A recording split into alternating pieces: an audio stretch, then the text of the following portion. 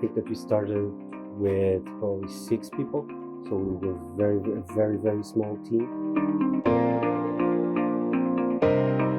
I think that we started with probably 6 people, so we were very small team, and we started by trying to transform what was a biomass Portuguese player into something that was a pan-European renewables player. So trying to move from what was an idea on a paper to something that was tangible with real assets and real opportunities was the most critical part.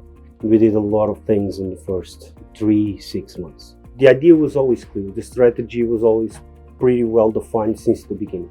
The 3 segments that we are present, biomass, utility scale, and distributed generation, these are, since inception, the 3 segments that we have embedded in our DNA for the purpose of growth. When we started, the priority was to find first capital to be able to grow, and this was the biggest challenge was always to have capital to move forward in a pace that we all wanted, which is very quick.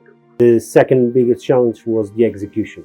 All the things that we did, namely the acquisition in UK, the acquisition of Viridium, the acquisition of Profit Energy, that was a couple of months later after the IPO, but we started very early.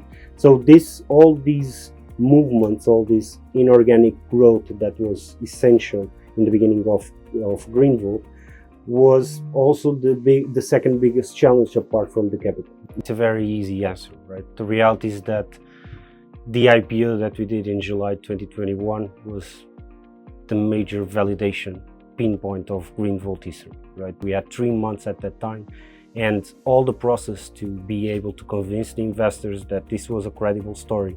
That moment when we finally did the IPO was the peak of 2021. In the last 5 years, apart from the IPO, apart from the second capital increase, we made something that usually takes 50 years to be done, right?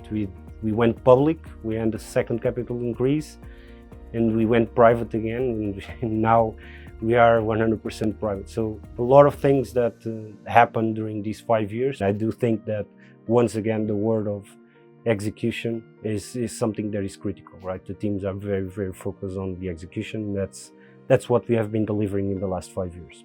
So I'm here since the beginning. I've crossed all the rivers and crossed all the bridges that we had to cross as Greenvolt, made a lot of these things that I was present in a lot of these things that made Greenvolt what Greenvolt is as of today. The reality is that my contribution has been more on the finance side, of course, and I like to think that I have something to contribute to that.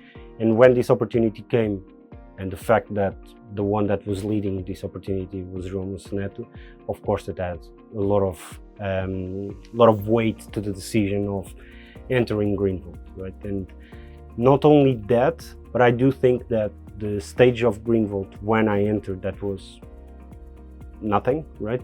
Because we were just starting, it was just a piece of paper. I think that it was a very interesting opportunity to be able to contribute to something that was from scratch, right? And what made me stay, to be honest, the work environment. And we can talk about the intellectual challenges, all the good things that we have reached, all the milestones that we achieved and so on, that made us continuously stay. One moment that clearly showed for me what Greenvolt was, and it will continue to be, was the celebration of the IPO. So we were doing a celebration with the team 1 year after the IPO, but in a couple of days before the celebration, we did the second capital raise. So the reality is that in the period of 12 months, we did the IPO and the capital raise. And for me, that represents Greenvolt.